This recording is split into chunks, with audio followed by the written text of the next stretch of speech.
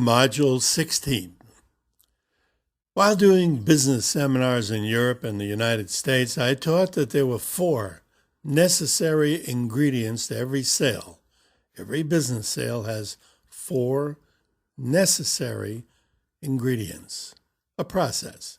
And when you think about it, everything that you do, if part of that depends on influencing someone else, then you're selling something also. Everyone sells. They don't always call it selling, but it is. After all, how can you say that, say about the time you went to see your Aunt Minnie or whoever, and she asked you to stay for dinner, but you didn't want to stay, and so you made up some excuse and you left. Now, how can you say that's selling? And I would say it is selling because you wanted something. The excuse was closing the sale to what you wanted, which was to leave early. In other words, you wanted to sell the fact that you wanted to leave early. You wanted to get out of there. There are 4 necessary ingredients to a successful sale. I call this technique AIDA, from the opera of the same name, AIDA. A, attention. You must get the person's attention. That's the only way they're going to hear you. You must get their attention in some manner. And then when you have their attention, you have to arouse their interest. After you've gotten them interested in whatever it is that you're selling, then you have to build a desire in them for what you're selling. Having done all that, it only remains to close the sale, or to put it in another way, action. You must actually act. Many people get to the point of action, but don't act. Without an action, the experience just fades away like a cloud in a breeze. A salesperson who arouses attention, gets interest, creates desire, but doesn't act, they're not a salesperson, they're a conversationalist. Without the action, nothing happens. AIDA, attention, interest, desire, and action. At this point, you might be saying or thinking, what has that got to do with the PDQ program? Well, let's see. Let's change the word selling to influencing and see if it changes anything. Is there any reason for you to influence another person? If you never have to try to get your way, or if you'll go along with someone else's suggestion rather than argue that yours is better, well, you get the idea. If that describes you, then you can skip this module and the next one as well, because what I'm going to do is to show you how to sell your ideas and wants to anyone. And if you never want to influence anyone, you won't need the material. I remember one person who said, well, I never have to influence anyone.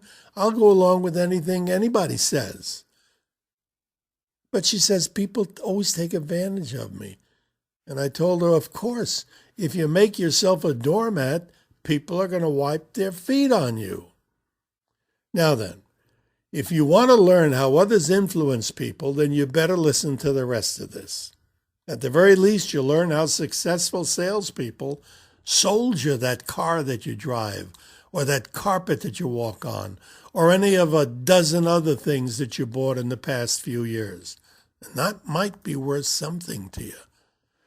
Let's just see how CEO Seymour McLean did it.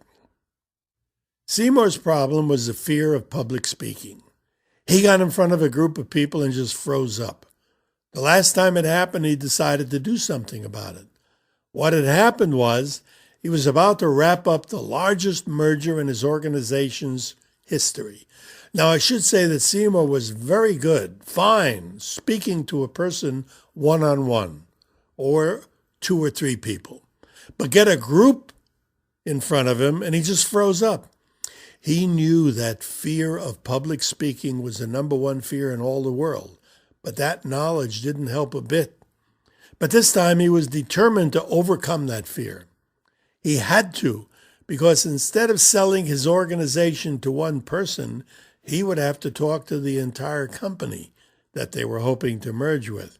That company consisted of 300 men and women who waited in anticipation of hearing all about what they hoped would be a very good thing for them. Well, the result was disastrous. It was a total disaster. Seymour got up on the stage and he was already beginning to feel sick. By the time he got in front of the podium microphone, he was a wreck. He looked at the crowd in front of him, all with looks of expectancy on their faces, and he mumbled something about something that no one heard in spite of the microphone. His influence went down to zero, and he stumbled away from the podium, his face red, embarrassed. Once again, the merger didn't go through, and his company lost millions. Seymour decided he would never be a public speaker, and he let it go at that. But then another fateful day came. His company was in trouble, and he was called on to straighten it out by speaking to the executive staff. There were 14 of them at a special meeting. They had gathered to decide the fate of the company. Seymour attended the PDQ seminar to see if there was anything there that would help him overcome his fear. He was ready to grasp at straws. About 2 hours into the seminar, just after the introduction, he said, "Now let me get this straight. You're saying that there's another me who is a great public speaker, but he's in an alternate universe?" I told him that was a generally accepted theory by not only me, but some of the most eminent scientists, especially quantum physicists, on the planet. Here's how it works, I said. In a moment, we're all going to take a trip to a parallel dimension. You'll visualize yourself in a small hallway, standing in front of a door. Just imagine that you're there. Daydream you're there. It may be a clear image, maybe a bit hazy, it doesn't matter. You may be in the hallway looking at the door subjectively. That means you imagine looking at the door as though you were there. Or you may be in the hallway objectively, and that means that you see yourself standing in front of the door, as though you were hovering above yourself, like you were, a fly on the wall, so to speak. On the other side of the door is your twin self, the successful public speaker, a counterpart of you who, in his dimension, is successful, just as you are. But he's also a polished, fearless public speaker. Seymour asked, okay, even if I accept that as being true, how is that going to make me a fearless public speaker? Well, I said, let's assume that it's real and see what happens. Just go along with it. After all, the worst that can happen is that nothing will happen. But if you can get some of that public speaking energy from your counterpart, from your doppelganger, and if you can overcome your fear of public speaking, it's sure worth a try. Whatever it is that you fear, deal with it the same way. Jump through the doorway, meet your twin who doesn't have that fear, and take that energy back with you. End result, fear is gone. And Seymour, I said, if you can speak without fear but with confidence in front of groups of people, there's going to be no stopping you. You could accomplish anything. Well, Seymour was excited. His desire to see if it worked was getting stronger by the minute. He said, okay, well, if it'll work, I'm game. I'll try anything. And you're right, he said. If it works, I can use the technique for just about any fear. But what about AIDA? What happened to the influencer selling that you spoke about? I told Seymour I used it on him. Let's recall. First of all, I got his attention by telling him that scientists believe it's possible. Then I aroused his interest by telling him there was a counterpart, a doppelganger, who could take away his fear. Next, his desire had to be strong enough so that he would want it more than anything. That was when I said that if he could speak in front of large groups of people, he could accomplish anything. He nodded. He was sold.